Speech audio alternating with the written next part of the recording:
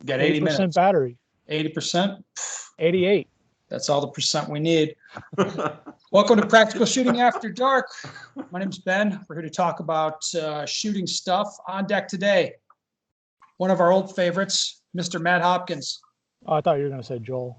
Joel's not one of our old favorites. Oh, you're the OG. You're the you are the I'm OG. actually not the OG though.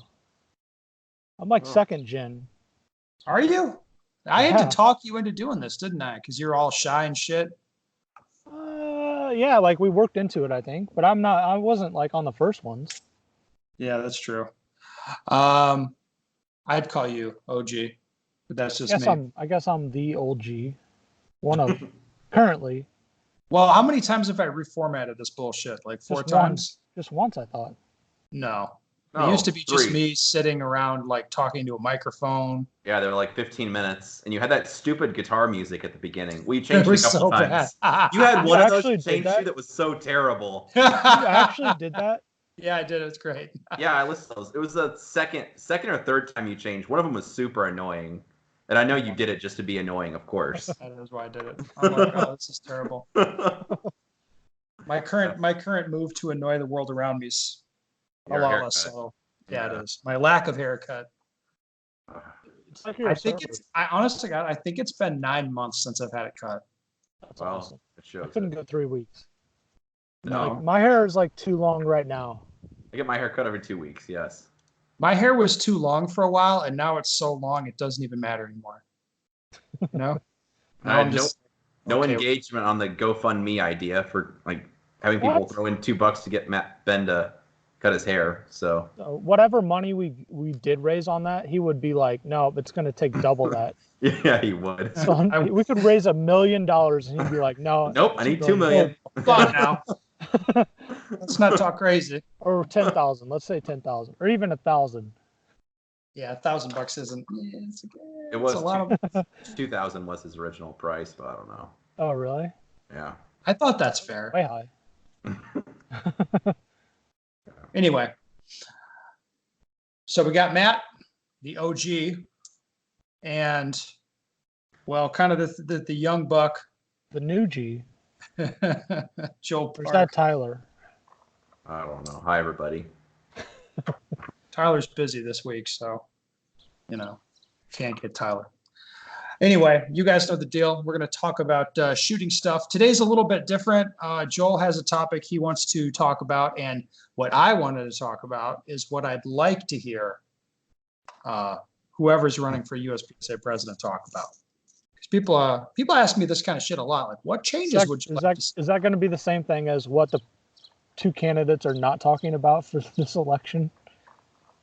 Well, we interviewed Mike. Valentine, of course, and Foley hasn't come on yet. He said he would, I guess. Is there any movement on that, Joel? There is not. He said he was traveling, and so, I mean, he has my contact information, so.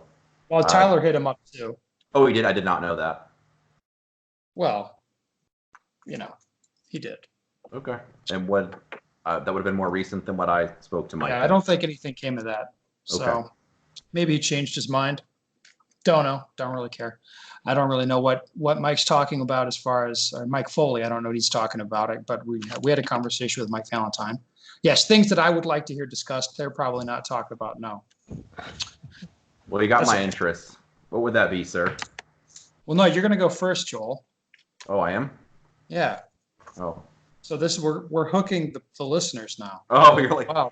I'd really love to hear Ben talk about this same bullshit he's always ranting about.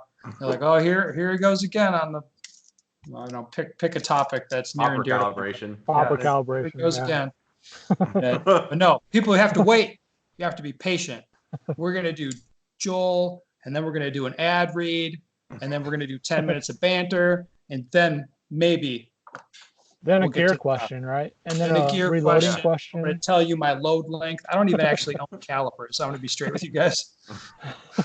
I just eyeball it. As long as it chambers, you're good, right? No, he just sets it next to a factory load and eyeballs it. That is absolutely correct, sir. I look at it next to the factory one. I'm like, oh, looks about right. That's the 40 caliber method. And then for 9mm, you load it, and then like if it's I take the shortest chambered gun that I've got, and then I rack it through there, and I'm like, if it's hitting the rifling at all and it's like a little hard to rack out, I just go and I like screw the die down a little more to seat it a little deeper, and I rack it again. I'm like, yep, good. Like, print me 20,000 of these, sir. Probably a good thing you're not loading your match ammo, my friend. Yeah, it's probably it's a pretty good idea because I'm an idiot. I will say though, your ammo works fine. Like, I mean, I've shot with you a bit in class demos and stuff. I mean, the guns and ammo ran fine. So That's why I've always said it would take just very minimal QC to shoot your own reloads bin. What it is amazing to me that people's reloads are so fucked up because I don't even own most of the tools in the pro shop for cells. QC. So Like, here's a funny fact about that. So I started shooting the P10Fs. yeah. Shot them since like October after nationals or whatever. Got to Magnus Cup and I'm like, oh, I haven't chronoed the ammo through this gun yet. It was fine. You're shooting Totally fine. that federal stuff, right? The Syntax stuff. So it was. Yeah, that was fine. Like, that stuff's like gonna make any gun you shoot. Yeah, like any like 4-inch barrel gun and above, it's gonna make it. Yeah. All right.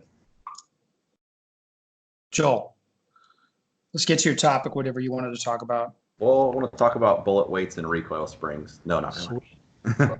Okay, so last week in training, I did something that I had not done before. So I set up like a regular practice scenario. So a few mini poppers, 5 or 6 targets, a few shooting positions.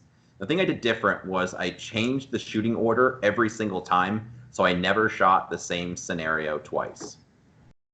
So my thinking behind that is if I set up a drill or like some little scenario, I will usually be able to produce those results I want.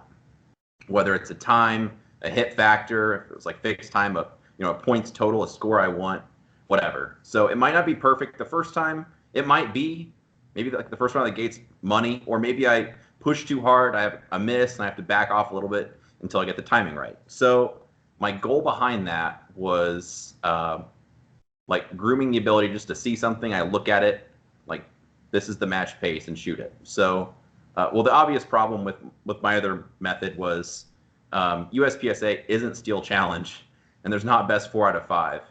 So really trying to work on the ability to just look at something, like shoot at match pace, knowing what that is, and then like train the skill of quickly visualizing something. I look at it, once or twice, air gun it, memorize the plan, and then execute it. So I think it was a good exercise to do, but I think the right time to do that is probably when it's like your last few practice sessions before a major match. So you work on that don't mess up mindset, but I don't think it's probably the most effective way to build skill. What do you feel like you got out of it? Working on just look at something. Like if I have one chance to shoot this, no matter if it's good or bad, I will not do it again. So just being able to look at and assess where there's going to be problems. It's like, hey, here's this popper. I'm going to make sure I really aim hard on this before I move on. Or, hey, this is on a lean. I want to make sure I really get 2 shots before I move out of this position, or whatever it is. So I felt like it was good for identifying problem areas and then just look at it and just do it without messing up. And I mean, there was a couple of them where I had a couple makeups on steel, where hey, I had to shoot it, at the steel twice, or maybe fumbled something. And then watching the videos afterwards, it was yeah, maybe they weren't all YouTube runs, but it was pretty acceptable, I guess, if that makes sense. Yeah. So my question is, how do you know you did as good as you could do? Or totally good question, and that's why I don't think it's the best for skill building, because normally I would set up something and of course the cold run, just when you get to the range, you load up your gun, I place a lot of importance on that. So maybe for my first couple runs, it would be just don't mess up, and try to shoot aggressively or whatever. But then, yeah, if you don't have a more warm-up, you're oh, I think I left a little bit there. I think I could have been a little bit faster on this. But yeah, without setting it up and shooting it more than once, you really don't know. So how did you do 8 different runs, or over how many, 2 hours or what? Yeah, I did it for a few hours. It was with my friend Gerald, actually. And so, yeah, I would pick something goofy, then he'd pick something goofy. Where I had a wall section, a barrel, and then just a couple plates and stuff, just scattered out. So it was like, hey, from this time, like this now is a position. You're gonna shoot this plate and these two targets from here. You're gonna come over here, and you might be like crisscross, where maybe from the left position you're shooting stuff way across the right on the range, and then you go to the right position, you're shooting stuff way across the left, or maybe you shoot two targets in the middle. And then, like something that it would not make any sense to do it in a match, but it was just memorizing the shooting order that you needed to shoot it in. And then maybe like you're skipping targets like you would on a memory stage, where I'm shooting across this situation, but I've already shot the middle target from the left side. So I'm going to shoot, the first, third, and fifth targets or whatever. So I've done a lot of my training this way. Mhm. A lot. And, what do you think?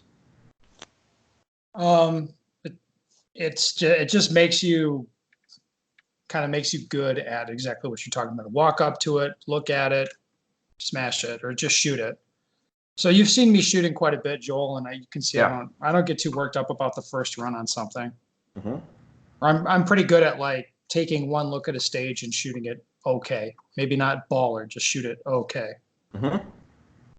So it's good for that. It's kind of training your brain. And I did this a lot, not for that reason, but because I was doing movement training. So it'd be like a 3-position thing, and it'd be like, okay, now I'm going to shoot this from here and this from there. All right, do it. All right, hey, let's do this and this time, because I want to be good at executing good technique no matter what. Kind of if I'm shooting my way into something or shooting my way out of it or leaning out on a target or something like that. I want to be good to go no matter what. So I've done a lot of training along this vein. Makes sense. I like 5 runs, or I like a belt full of runs more than 1 run, personally. I prefer that. Yeah, I was gonna be like, so maybe you do like 6 runs in like an hour, but then you go, or maybe not 6, but you do 6, like 4 unique runs, and then at the very end of that, you go back and do a couple like runs on each of them to see kind of where you were at. That's an option. It makes sense. And I'd heard that idea from several. Like I listen to obviously like every podcast, every interview that's out there. I've been fortunate enough, like through training group, to talk to some of the top people in shooting. There's a number of people that have brought that up. One of them that I really liked, especially, was Jorge Ballesteros when he was on our friend Ted's podcast. I would say Ted's last name, but I would probably mess it up pronouncing it. But anyway, he was talking about doing what I'm just talking about, but at a more developed stage in his shooting.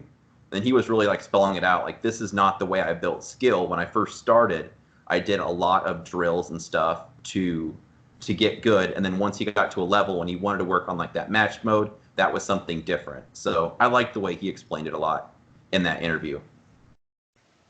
Yeah, I mean, Like it's not there's some people, I think you're kind of referencing a training group conversation about this, just this thing, right? Yeah. We actually, there was a thread in training group also. Yeah, the guy's talking about it, and I don't think I got involved in it because it's for the, is this in the members thing? There was one in members, and then there's one somebody posted a long time ago in the to instructor, like the training mindset. Yeah, like I don't think people are really putting together that this does not make you a better shooter. It's more like you get better at applying the skills that you have. You don't really build specific skills quickly doing this. So I thought it had value, but it's just a different type of training to try. But it's not something I would do all the time by any means. Yeah. What do you think, Ben? Like maybe your last training, like this would be a good time, like before a major match, to go out and do this and work on just hitting the stuff. Yeah, no, totally. Especially if you're predisposed to be one of the guys who goes to big matches and like train wrecks a couple stages.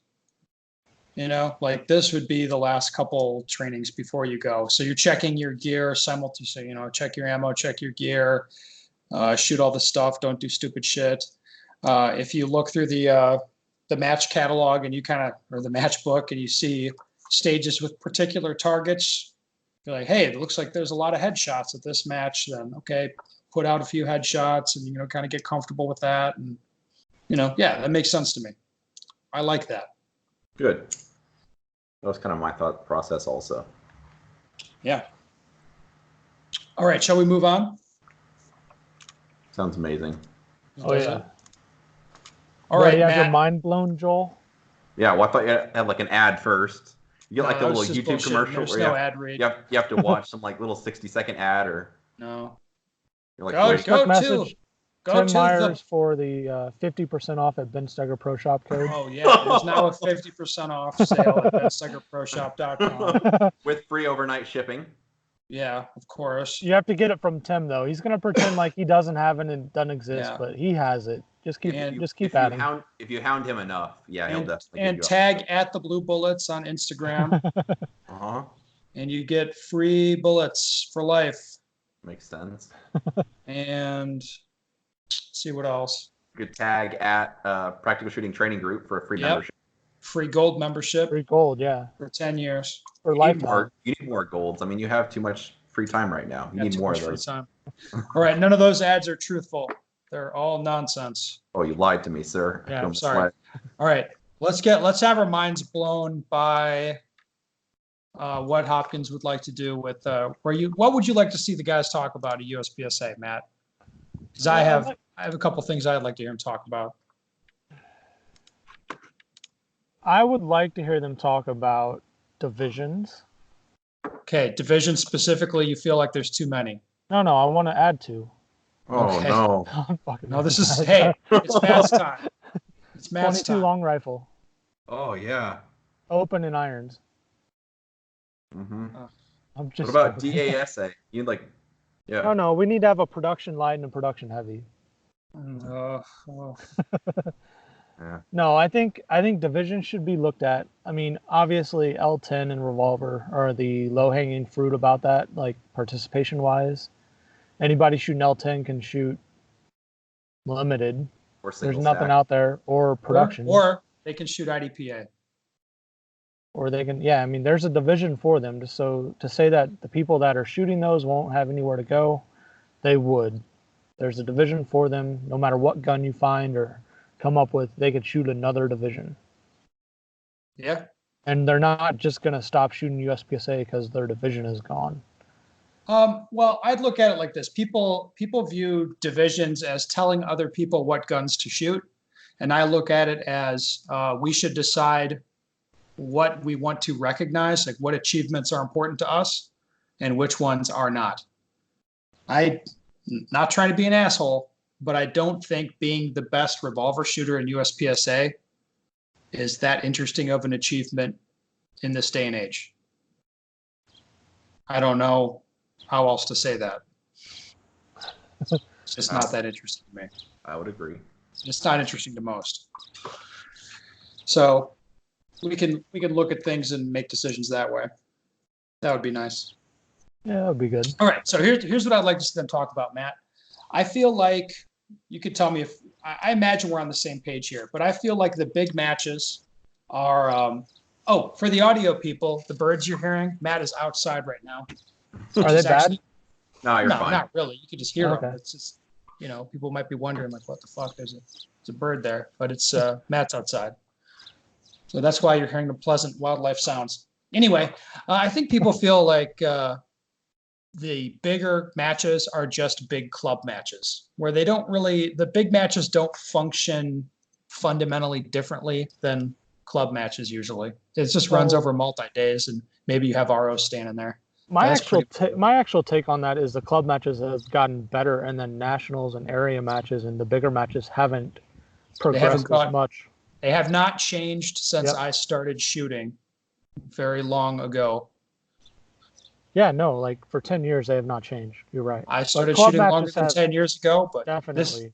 Well, 10 years for me. So I'm a jaded, bitter old fuck now, Matt. This is my 15th season. you're a busted old cunt in USPSA. I mean, I'm in danger of going that direction. I'm still willing to change, though. Yeah, so I agree. The club matches have, generally speaking, gotten better. I think YouTube has been good, so people see what's going on in other clubs. If something's fucked up with the rules at some club, like people see that and kind of call it out. Things like that. The club matches have definitely gotten better. I mean, my local clubs now, I'm going to matches that are like 7 stages pretty commonly. And it'd be pretty decent stages usually, not always, but usually it's pretty okay. My section has, I think, 18 clubs now, and when I started, I think there was 4 or 5. So there's a lot of clubs. That scene's pretty good. But the big matches have not really evolved, and you know, it shouldn't be like that. So I would like to see kind of an emphasis not placed on fucking around with the club matches, because I think our club match culture works pretty well, but making the big matches better. So specific, this might sound bad, but it's more specific stage design requirements for area matches and national matches. Like long, medium, and short course, like requirements kind of a thing? Yeah, no, I wouldn't necessarily just take IPSC rules and mirror them. But, I mean, you could take some inspiration from that. Be like, hey, okay, there should be some interesting medium courses. There should be interesting short courses. More round count, in many respects, makes things less diverse and less interesting. So, like, let's mix it up a little bit. So guidelines like that would be good. I would like that. I would like to see Virginia count go away at area and national matches. I would like to see it go away, but just start with area and national matches and go from there. I'd like to see nothing like having new classifiers that mimic how we design stages, but making them fucking Virginia count, dude. That was so fucking frustrating in the nationals and how the new classifiers are, dude. Yes, because you mean they had an opportunity to try to change the game and make things better and more interesting, and then they dropped the ball and screwed the pooch and all that stuff. Just that one classifier where you have like the 2 far shots and you have one. Huh? They were all fucked, right? The one up on the very like stage 20 or something at nationals. Okay, I don't know what you're talking about. It's like you start up range and you start down range and you have to shoot 3, reload, shoot 3. Oh, and you're running between the 2 boxes? Yeah. No, it's one like a field course thing. Oh. Like it's got 2 targets and then and then 2 in the back. Yeah, they made it 2 strings and Virginia count. And Virginia count. Like you're literally mimicking the best classifier that mimics field courses, like moving up range and down range, reloading. You make it fucking Virginia count. Yeah, makes no sense to me at all. All right, well, that's the stuff that I would like to see them talking about changing things with big matches. This might sound crazy from a guy. I don't like them fucking around with the rules all the time. I think it might be time to like reboot the rule book. I think there are definitely some rules that should be looked at. They have changed so much, and the people are so confused now. where it's like, I think when that ruling came out about production, the gas pedal. Well, no, I mean, I thought that was good to go like 18 months ago. Yeah, they actually, it was okay to do a long time ago, but just no one ever did it. No one ever did it. And then people are like, wait, you can do this? And I was kind of like, well, based on the reading of Troy's interpretation of the rules here, I don't see why you couldn't add a gas pedal to a production gun, based on their own words. But so changing, like kind of refreshing the rule book in its entirety would be a nice thing to do. I think that'd be interesting. One of the things they did was they changed maybe a bylaw or a rule, I'm not sure, but as long as they don't make something more restrictive, they can change the rules as they want. I don't think that was good. At the time they changed the bylaw, I had that conversation with Mike. Yeah, it was not terribly well received, but I did have that conversation. Well, my little contribution to my talking crazy is when you have a sport that has like people literally printing out and laminating emails because like they did something that's like maybe questionable, like, well, I'm not sure. Then they get like an email and they have to laminate it. Like, oh, I keep this email all the time in my, my range bag in case somebody questions it. It's like, I wish, the rule book was like black and white, like, hey, this is okay, this is not okay. And it's not like you have to get an interpretation on 5 million things that I mean, Troy doesn't want to mess with anyway, of course. Well, there's always So- going to be gray areas or stuff they didn't think of or unintended consequences of rule changes, and that's why you need really sharp people with the ability to take a look at the rules and make a decision about what's the wise thing to do, and then report what's going on to the people who make the rules so that they can make the rules better in the future. This Yeah. would not be my, this is not my read on what's going on now, by the way. But yeah, I don't. Understood. This would be a good thing to hear somebody running talking about this, kind of taking the sport thing to the next level. It seemed, that would be Like a professionalism thing, you mean?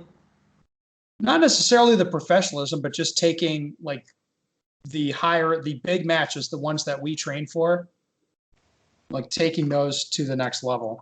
That would be interesting to hear people talking about that. And I feel like that's important because that ups the game for everybody.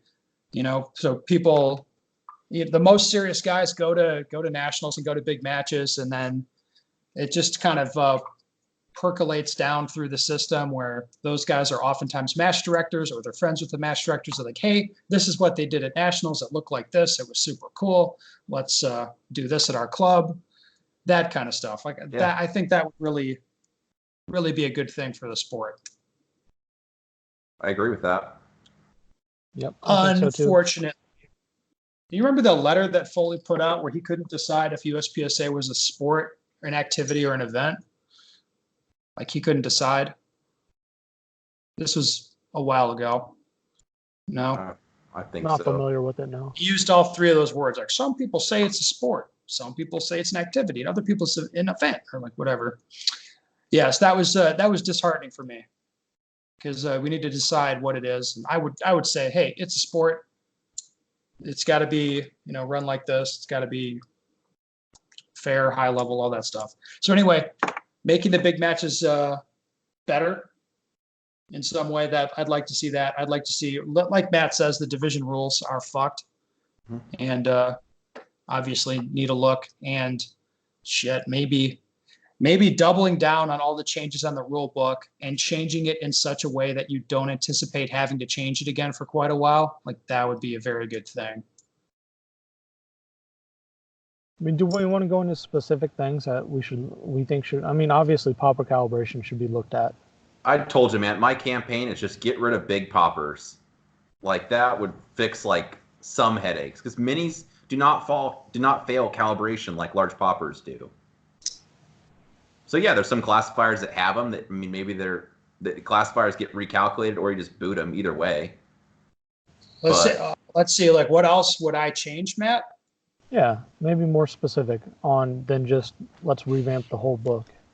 I would Something that sticks out. I Yeah. would be down with adding a trigger pull test to production and carry optics, for example. So instead of having really restrictive rules on what what you can change, just say, hey, like basically, like if it's not a carry trigger, you're not going to use it. So we could argue about what the weight would be or what the weights would be, and you would set the rule up so it doesn't fuck over the striker fired guns. Like a fair rule where basically it's got to be a legit trigger as opposed to all these other restrictions on what you can change. So I would like to see that. I would like to see, let's see. I think running outside the fault lines it would be an interesting course design change. That would maybe be the best course design change to add more running around and shit to USPSA. And it would save, like the use of walls as opposed to putting up a bunch of wall sections where you don't want somebody to run through there. Well, you saw that one stage I built that was pretty much impossible to stop people running around. I had to use a lot of walls. Yeah. Like just to create a long run in a bay, it's like, hey, I have to use a fucking shitload of walls just to create that. Like that would be stuff that I would find interesting. I mean, the people wouldn't like that. They're like, oh, I'll use whatever trigger I want or blah, blah, blah. All right. But yeah, so that stuff would be I mean, I think that's a better way to go. So IPSC has the trigger test in production, which, I mean, from the perspective of it's an objective test, it's just like having your ammo chronoed. Like we're going to check your trigger to make sure it's not too light. It's kind of like, okay, that's pretty simple. So I like that stuff as opposed to the alternative, which is a bunch of restrictions on what modifications you can make specifically. What else, Joel? I guess one of the things in my mind is like I'm not saying this is happening now, but I wouldn't ever want to give in to sponsors in the way that we would let them change what USPSA is at all. So like whether it was a weight restriction or a gun type or like the federal deal with the Syntec, I think that's awesome. Like if federal wants to make like boutique ammo designed for USPSA and we market it, and it's like if you buy maybe their ammo, I don't know if that is a thing or not, where you don't have to like chrono at the match or something. I think that's awesome. But I would never want to let federal have a decision on like, what do you think this should happen in this sport, or what, like it could be like a conflict of interest. It's like the same thing with gun companies, or I mean, if Coca-Cola ever wanted to sponsor, like Coca-Cola is like, hey, I'm interested in the match, but like shooting at like humanoid type of targets, that's got to go. I'd tell like Coca-Cola like, hey, well, I really appreciate your interest, but this is what the sport is, so we'd love to have you sponsor it. If you're not interested, like we're not going to change just to get your dollars. You know what I mean? Yeah, no, I agree with you. That's kind of always in the back of my mind. Well, sponsors really shouldn't get much of a voice in what's going on, in my opinion. But no, but like federal, if they want to be included and they want to like, hey, we want to make something that caters to your membership, then that's awesome. Like we should promote that, and then if people want that, it's a great product. That's awesome. But if federal ever said like, hey, I don't want you to do this at matches anymore, then it would be like, that's not an okay thing. No, it's not. I agree.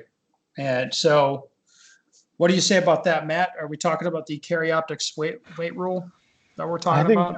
I think that's pretty ridiculous still. Like they're specifically disallowing this point one gun. Yeah. And everybody I've asked about it can't give a good reason why they don't want to change that. Yeah. It just makes no sense. And they're like, at this point, I can't see an argument of them, anybody on the board, or haven't been given a reason why they set it at that weight. So I can only assume that it's to keep out one certain gun. I think that's the conclusion most people have came to, I think. Yes, I agree. And like, that's not, and I don't know that any conversation has ever existed. I wouldn't even, like, I'm not saying that's how they got the weight limit, but it's like, I would not want, the people deciding that should be like for what's best for the sport, not what's best for a company. Let me tell you something else. With a rules refresh, I think it'd be interesting to revisit a lot of stuff that's previously been sort of settled. So what would you say about this? Like stage design requirements for level 3 matches. Okay, maybe a little bit more direction there about how those matches are. Mm-hmm. Like some best practices about zoning, some requirements about the condition of the steel, for example, to try and mitigate issues like calibration. Then, hey, level 3, like at those big matches and above, it's either a PCC match or a pistol match. Oh, nice. Yeah, that'd be good. Oh, sign me up. Yeah, that'd be nice.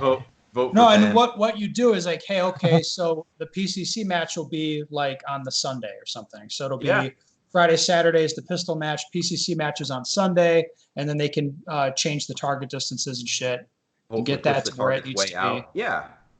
Right.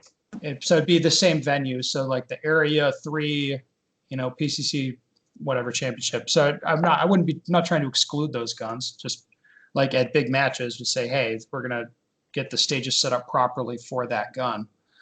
Other things that I'd be down with is like I would be even fine with revisiting the production mag capacity thing if we're going to refresh all the rules. So, hey, let's say production 15, carry optics 15, and then open and limited is to the length restriction, and then PCC is kind of like a separate thing sort of now, and then single stack and limb 10 and revolver are fucked off. Like I could see that ending up being the result. I don't know. I would still have to say I like 10 in production. It I do too. Matt, differentiates Matt, it so much I from like everything 10 in else. production too, but it's not just about me. I wouldn't want it to change to limited minor, but I understand your reasoning. Well, no, so then we'd have two divisions, like production and CO, like that are kind of like the carry gun divisions. Mm-hmm. You know, that would be interesting. Yeah, I would like to see the talent consolidated though, for sure. Because like, I guess I picked on Steel Challenge earlier, but there is literally like 8 or 10 divisions in Steel Challenge. Oh, dude, Steel Challenge. I'm not 14. I'm not saying this to insult. The 14. Yeah. But Steel Challenge is competitively irrelevant. But it's like, no, I mean it doesn't matter. It's not relevant. You don't pay any attention to it, and don't pretend that you do. No, I don't really care. I don't even shoot it locally. Exactly. But having 14 divisions, like, I don't. No, it's over. It's done. It's an activity. It's for people to like farm trophies. Like there are some good shooters that go there to farm trophies. We have some pro shooters that go to the big matches to kind of like get world championship titles. You know, it's like it's not interesting. But my thought, like between too many divisions, it's just like I like the talent consolidated. So if you shoot, like I think limited and production are still the highest, like by numbers divisions. So if you go to a area match, like there are going to be some heavy hitters. Whereas maybe you go to a less popular, if that's your division, and you go to an area match, there might not be heavy hitters. Which I mean, a soft win, I suppose, could be motivation for some. But I like having like the good guys in my division, and that's the fun part. But if it was so watered down, I would not like having everybody like spread all over the place. No, I mean you want to have interesting divisions, that really differentiate on equipment, and then, kind of that's it. Like you just have the equipment truly differentiated. I think the dumbest division, as far as that is, I mean, aside from like Lim Tem is pretty dumb, but like single stacks, not that interesting. I mean, it's only 1911s. But it's his own gun. Single stack makes more sense than L10. Does it though? Yeah, it does. Because if it was single stack, not 1911. How are you going to win? I suppose. Yeah, I get you, Matt. I get what you're saying. Because there are some guns that are specifically like single stack guns, but they're not allowed in single stack division. I shoot that SIG 220 all day long, baby. Whatever it is, I'm not even sure. Is that like the only one like that? I don't know. There's a single stack. Also. There's a single stack 45 caliber Ruger. Okay, I have one of them, I think. Is it the P90? I think. Yeah. The P89 is the 9mm one. That's the double stack one. Those are double stack. The 90, I think, is a single stack. P90. It's that one that what's his face used in Desperado. You got the high points also. That with those. With the guitar case full of guns, man. Yeah, I actually have one of these somewhere. I'm looking at it. Dude, this gun was so baller back in the day. Dude, my first gun was a Ruger P95. You don't even know. This gun was never baller. This was I didn't know any better. So I had a box. Yeah. A Ruger P95 and a Uncle Mike's holster. All right. Well, I think we've rambled enough. These are the things that I would like to hear the guys talking about. I'm not holding my breath. Let me put it that way. They're still arguing about printing the rule book, I guess. I'm not sure if there's much of an argument, but I totally understand why the current regime is not going to print it. Totally. Because it's being changed too often. Is that? Yeah. Yeah. That's obviously the issue. Just asking a question. Yeah, it would be nice to see that change. I'm not holding my breath on any of this stuff, but that's just me. All right. I just found out my gun's legal for IPSC, so. It is? Yeah, I don't have to switch to the Shadow 2 now. Oh. It's legal. It's good. Well, I could loan you a Shadow 2 if you'd like. I have a couple. Right. Dude, if it wasn't legal, I'd go down and shoot the Marie gun down there. It's not legal? No, it is. No, but if my P10 wasn't legal, Oh yeah, you'd shoot your Maria gun. Yeah, no, I'd probably shoot the orange just because no one can get them right now. Yeah. Man, shooting the Maria gun would be pretty flexing. That would be pretty tight. It would be pretty just tight. Ben would just ruin it if he shot it. Like you need to sell that to me. Well, no, I thought Me? about this, It's Matt. too nice for you to have. Me? You want me to Yeah. sell mine to you? Yes. Well, it occurred to me, like, what if I break the slide stop on that thing? Oh, you'll never get another one. Yeah, it's game over. Uh-huh. Yeah. Well, I mean, if you know a guy, safe. if you know a guy that works there that has like direct contact with the factory, you might be able to get one. Oh boy. But I need to. Well, he'd have to be cool though, right? yeah, he'd have to want to do it though. Yeah. So I don't know anybody like that. Who's cool? I don't Guys know. I know who work at CZ are dipshits.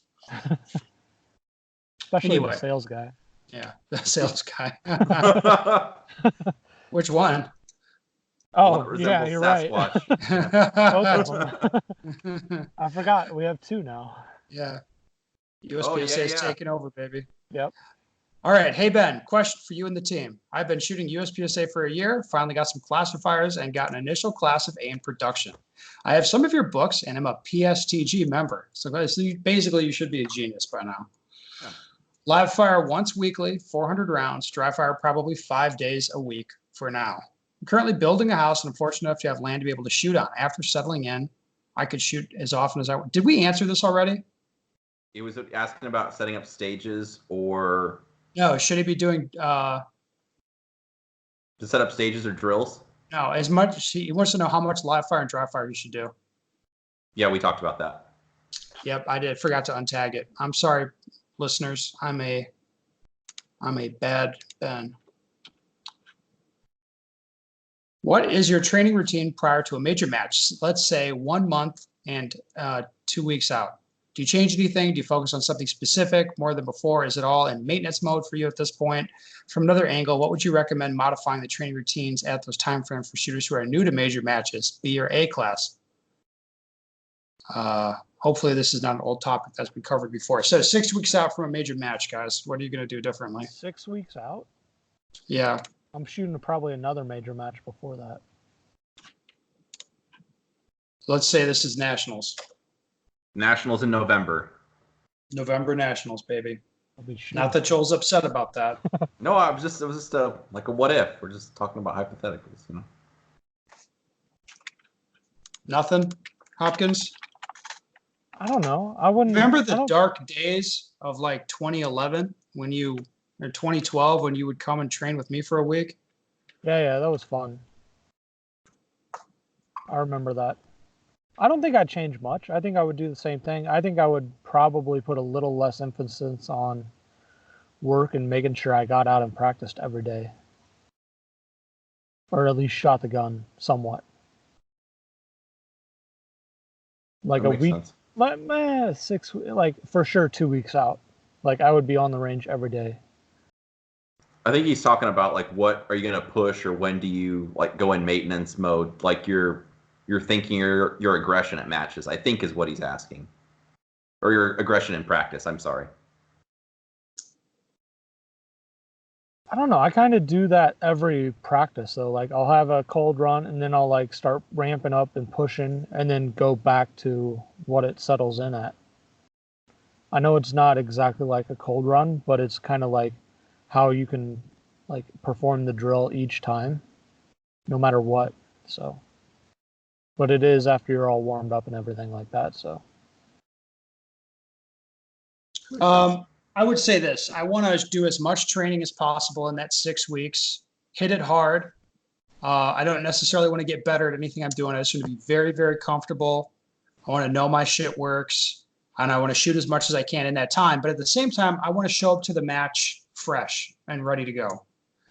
So that means like swelling up the volume of my shooting and dry fire for maybe a month before nationals, maybe culminating in a really hard week of, well, Matt, you've been around for this. Will we shoot 2,000 rounds a day once for like 5 days? yeah, but that wasn't like, that That was what? sorry about the bird. I don't know what it was. No, it's fine, dude. It was a bird. No, we weren't that close to nationals though. Were we within 6 weeks? Yeah. Okay. It's been a long time ago, so. Yeah, you don't come visit me anymore. I know I'm a bad friend. That's facts, actually. Um, so yeah, so banging out tons and tons of rounds, but I then wouldn't giving shoot. yourself recovery time. Yeah, exactly. I wouldn't shoot 2,000 rounds the day before you shoot nationals. That's really dumb. Yeah, don't do that. And then if there's word you can get on any specific challenges, make sure you work those into your training. So if you know that you're shooting 50 yards at nationals, then make sure you're shooting 50 yards. And you know, budget your time and budget your ammunition for this so that you can swell up your training. I think it does help. I think it helps to shoot a lot more prior to major matches. But you want to do it in a way that's smart. You want to, swell up the volume of your shooting, then cut it off, give yourself some time to recover, make sure your gear is good, and then go to the match. I don't think your classification really matters too much to this, or maybe it does. Maybe if you're in B class, it's going to matter a lot less going to an area match where your technical skill is at. It's mostly you just have to keep your shit together and shoot the match and not do anything stupid. That'll give you your best result. It won't even really come down to if you can draw a tenth of a second faster that day. That won't really matter. Yeah, with his 6-week example, I was thinking like train hard for a month, assuming you shoot like once a week in your last couple weeks. Make sure your hands aren't like tore up. So I try not to dry fire really hard, like maybe 3 or 4 days before the match. Maybe it's less, or I use athletic tape so my hands aren't tore up or really sore. So like Ben said, I feel really fresh for the match. So I'd train hard for a month. Those last couple weeks, work on just hitting the stuff, not messing up, behaving the way I want to behave at the match, and protecting my hands also. If you like you said, you don't want to be wore out or. Yeah. So I started doing this, like really swelling up the training before nationals in like 2011, I think. Like I started winning doing that. So I was really reluctant not to do it as much, but I think now it's like I just want to be comfortable before I go. You know what I mean? Mm-hmm. I think my last practice last year, it was 2017. I think I shot 75 rounds the last day before I went to nationals. And everything was tracking good and feeling good. And I was like, yep, I don't want to shoot another round. And I just took my gun off and like went home. When I had budgeted the whole day, unlimited ammo for training if I wanted it. And when you say be comfortable, you just mean like anything that you see at the stage, any shot, you're able to make it. Yep. And you don't have any, like, you're not worried about, well, I'm going to miss my draw, or I'm not so sure about this. Is that what you mean? Yeah, Ben? it's like I can hit my reloads. I can make these shots. I can do all the stuff that I feel I need to do. There's nothing I'm really uncomfortable with. Like I feel good. So yes, that's important. Mr. Matthew, you got anything to add to that? No, I think you guys covered it. I answered a little bit earlier, so. Yeah. No, I didn't think you'd have anything to add, but good. Well, guys, thank you so much for coming on. People, if you have a question you want the answer to, go to bensigger.com, send me your question. What else, Joel? Give me more ad read. Go. Sign up for training group because it's amazing. It is, actually. You And can give Joel more work to do at his volunteer job. My free job, yeah. But let me work more for free while you make Ben money. It's tough to argue with a sales pitch like that. No. It's a risk I'm prepared to take, Joel. Real talk. I wish that was around. Like I started in 2004. If training group would have been around in 2004, like, dude, I would have been like sign up number 1 for that. You know? Well, Enos used to be kind of relevant. I did not. I got the most helpful thing I got was Matt Burkett's. It was like a 4 DVD series. Yeah. Like how to shoot. Actually, I had them on VHS. But the how to shoot faster was like I didn't have access to a GM at my range, and I was 18 years old, so I was not going to be driving somewhere else to go 18 or 19, somewhere around there. I was not going to be driving across the country to have somebody train me. So it was like, what can I get to my house? It's like, oh, I'll buy this DVD set. This guy's at least giving me some instructions. You've seen my DVD set collection, haven't you, Joel? I don't think so. Man, I have probably 30 shooting DVDs. Spent a lot of money on those back in the day. Yeah. Like that was it, man. Yeah. So anyway, It is nice. I mean, Joel, did you see the thread I started for video suggestions this week? Of course, I'm on training group every day, dude. I checked it before I left work. I meant as soon as I got home and I was on my own time, I checked it. That was never a thing before. No. Like, hey, can you make this video? And I'm like, yep. And of the ideas I'm seeing on there, I'll probably could probably do these videos. So one guy wants a video covering all types of trigger control. I'm not sure what he means by that. Yeah, what does that even mean? I don't. Pin and reset. What, like? No, why would you teach Slapping the that? trigger? Why would you even? Well, that's what I mean. I'll ask, could you describe a little more? Is that like So the this is what I'm loudest talking keyboard about. on earth? We can get you a better keyboard, Ben. I like care of you. I like the clickety-clack keyboard. I have your address. I will hook you up, homeboy. No, what I'm saying is that would not be a thing. No. Yeah. Okay. Yeah, to have access to, I mean, a top level, not only somebody that is Not able one, to shoot. it's multiple. Yeah, but not even somebody that's able to shoot. Somebody that's able to instruct and teach and give you feedback. Well, now video technology's gone a lot further, Yeah. right? I mean, It's changed the game for training, yeah, for sure. you don't need a crew of dipshits to make a training DVD anymore. You can just record some stuff on a phone and shit it out to YouTube, and it's probably going to get the job done. All right, but that's anyway. Yeah, so join training group. Keep Joel's volunteer job going. Keep him in beer money. Most people I know you don't understand why drink, that's Joel. funny. People don't yeah, I was drink- gonna say, No, Joel doesn't drink. you know why? Because when you booze, you lose, my man. I know, but when you got hired on this job, it was unlimited beer money was the signing bonus for you. No. You could send my beer money, and it goes to the Blue Bullets. That's just No, where it's just money for beer that you drink, Joel. Well, yeah. I think you're misunderstanding the I concept. order the beer from the Blue Bullets. They're a brewery. So yeah, I order buy the keg there. So Sounds abusive. I would never do such a thing, sir. Yeah, okay. I'm gonna stop recording now.